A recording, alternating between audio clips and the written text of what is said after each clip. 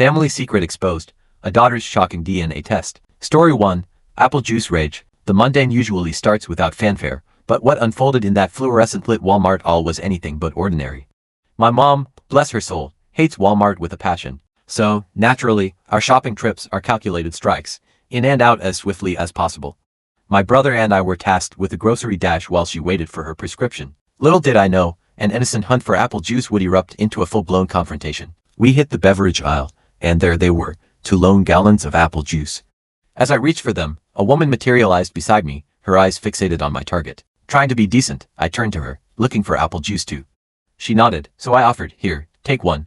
We'll grab the other. That's where the seemingly harmless act took a sharp left turn. Her demeanor changed, and her voice hardened. I want both of them. I politely reminded her that I was giving her one. We wanted the other, but this was not a woman who took no for an answer. Give me both, she demanded, her voice rising with each word. My brother, usually the peacemaker, stood silently by, knowing how much he wanted that apple juice but also that he hates conflict. I took a step back to try and reason with her. Mum, do you want this one or not? Just give me both. How difficult is that? She screeched, her eyes blazing with an intensity that felt utterly disproportionate to the situation. I want both of them. My brother, clearly unnerved by the escalating scene, nervously interjected. Look, we're just trying to be nice. Her response was a venomous lash. I don't care, just give them to me, you're wasting my time. I had enough. My patience, already stretched thin by the sheer absurdity of the situation, snapped. In a moment of pure spite, I grabbed both gallons of apple juice and loaded them into our cart. Come on, I told my brother, spinning around and heading toward the registers, leaving the woman sputtering in disbelief. She erupted, screaming after us as we made our escape from the scene, and although it sounds crazy, it was perhaps the dumbest thing to ever happen. She didn't get any apple juice, and she got angrier the longer she went on. It's wild to think that she could have had one of the apple juices if she hadn't yelled at me, as me and my brother were initially offering her one of them for her benefit. Now, rate this lady's entitlement level from 1 to 10. Story 2.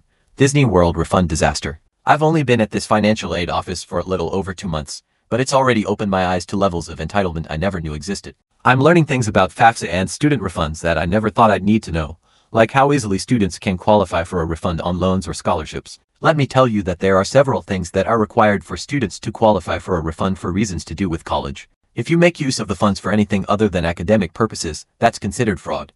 With that being said, get this. Yesterday, a young woman and her very irate father stormed into the office. Before I could even greet them, the man bellowed, "Where's the person holding my kid's money hostage?" He was huge, visibly angry, and frankly, terrifying. The intensity in his voice made me want to cry.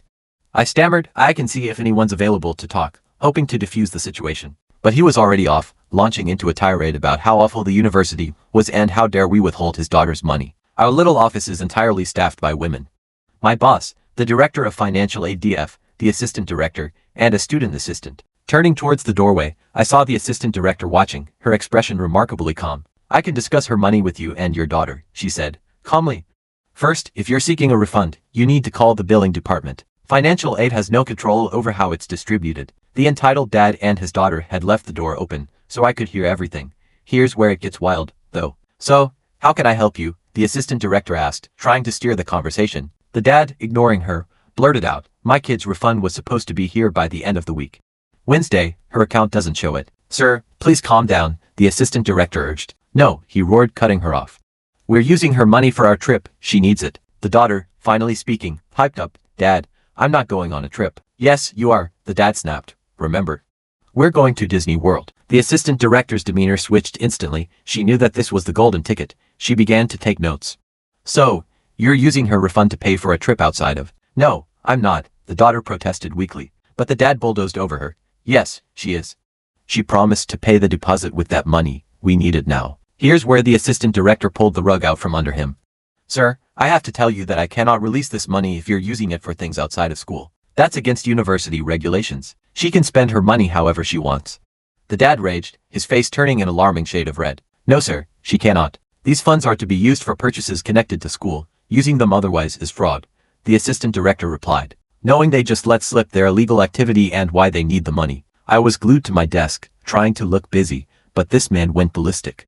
I swear, I heard more profanity in those few minutes than I've heard in my entire life. He was told that his daughter will not be receiving her money for illicit activity, and she knew that she would also be receiving it. Finally, defeated, they stormed out. The daughter's shoulders were slumped, but her dad was still fuming. I got up to check on the assistant director. Hey, are you okay? I asked, concerned. She nodded, but she clearly needed a moment. I don't blame her. That guy was terrifying. It sounds like he really shot himself in the foot. He's basically holding up a neon sign and saying, hey, can I get away with using my daughter's money for an illegal act? He ruined his daughter's chance of getting the money that was originally hers. On a scale of 1 to 10, how would you rate this guy's entitlement? What would you have done in the assistant director's position? Story 3. The DNA deception. I have a 6-year-old daughter, Lily. She is the light of my life. But I want to make something clear. She isn't biologically mine. There is no blood relation. I was close friends with her mother since childhood. We were never romantically involved, just friends. She had Lily at 23, with her 25-year-old husband. Tragically, when Lily was just 3 months old, both her parents were killed in a workplace shooting. I won't go into the details, but it was horrific. Because Lily's parents didn't have any siblings or ideal family, I adopted her. I wasn't sure about being a dad, but I couldn't let her grow up in foster care. My parents and siblings know Lily is adopted. Lily also knows she's adopted. I've never hidden it. She knows her parents died and were killed by a bad man, but I'm saving the details for when she's older. Lily looks exactly like her mother and biological dad. Most people assume I'm her bio dad and that she takes after her mom, so I usually don't correct them. My brother has been with his fiancée, Shul, for about 2 years. A few weeks ago, we were all at my parents' house. Shul saw an old photo of me with Lily's mother and father. She pointed to Lily's mom and asked who she was. I explained that it was Lily's mother. Shul grew quiet, staring at the picture for a long time. I didn't think much of it, but it's important to note that my brother and Sil both knew that my daughter was adopted. Then, the bomb dropped. Shul got a DNA test done on my daughter, behind my back. She used my brother's DNA, and when it came back negative, she knew Lily and I weren't related. Then, she confronted me with the results, waving them in my face, screeching, "You're raising a dead woman's affair, baby," all of this, in front of my daughter. I just stared at her for a moment, then burst out laughing. "I know Lily isn't my biological daughter," I said, trying to control my laughter. "That's called adoption." Her face turned crimson, and she stormed off. My brother is furious, saying I embarrassed his fiancée. But I told him she embarrassed herself by DNA testing a child that isn't hers and then confronting me with the results in front of her. What was her goal? Did she want me to abandon my daughter? My brother said she thought she was doing the right thing and called me an A. I don't feel as though I'm in the wrong, since this was a situation she was not meant to be involved with. Was I? Did my brother's fiancée assume I was married to Lily's deceased mother? I did have my arm around her in the picture, but that was before she was married to Lily's dad. Update. It turns out my brother thought I had been having an affair with Lily's mom and that I was Lily's bio dad. Shaw, also believing I was in a relationship with Lily's mom, saw the picture and assumed Lily was an affair child between the two of us and that I was being led on to believe I was Lily's bio dad. She eventually came to my house and apologized, telling me the full story. My brother put her up to the DNA test. Apparently, since I first adopted Lily, my brother has believed that she was my bio daughter.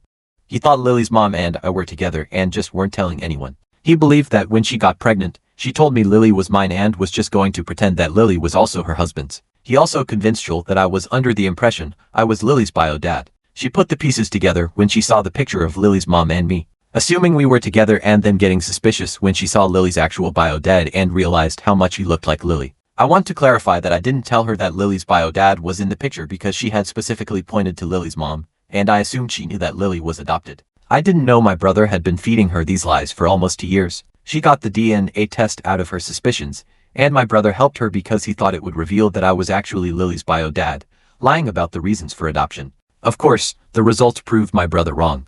He was too embarrassed to confess to his fiancée that he had lied, so Shul confronted me with the results instead. Shul also apologized for showing me the results in front of my daughter. She told me that her mom had an affair and cheated on her father, got pregnant with another man's kid, and let her father believe the child was his. Her father was devastated when he found out, and she grew very resentful of women who do that to their spouses. She had wanted to sit me down and talk to me about it without my daughter, but when she saw me with Lily, she got angry, thinking I was being led on to believe I was raising my own daughter when I was actually raising another man's. She feels very guilty and is angry at my brother for lying to her.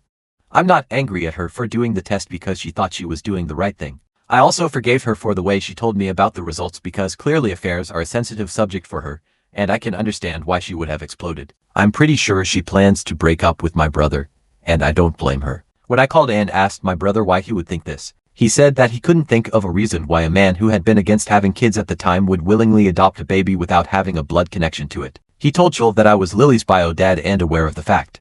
He took it a step further and said that Lily's mom and I were together at the time of Lily's conception. Both me and my parents have been in low contact with my brother for a while now. I know I will forgive my brother eventually, but I can't do that right now. He believed I was low enough to have an affair with a married woman, get her pregnant, take no responsibility, allow her to pass off the kid as another man's, and then only take responsibility because her mom died. One thing people may be wondering is, how is Lily handling all of this?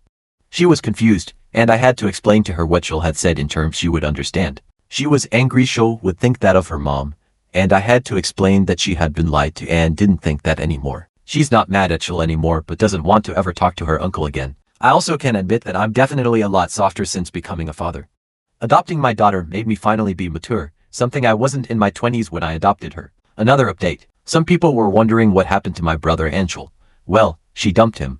They tried to make it work, but that only lasted a few days, and she ended up giving him the ring back. My brother got his face drunk on my front lawn in the middle of the night. I was pissed because Lily had school the next morning, and this woke her up. My brother was yelling insults to both me and my daughter. We called the police, and he spent the night in jail for being drunk and disorderly. I pressed charges because he was saying some borderline threatening statements to me and my daughter. I don't think it's enough to qualify for a restraining order, but if it is, I'll get a temporary one. On a more positive note, Lily is doing well.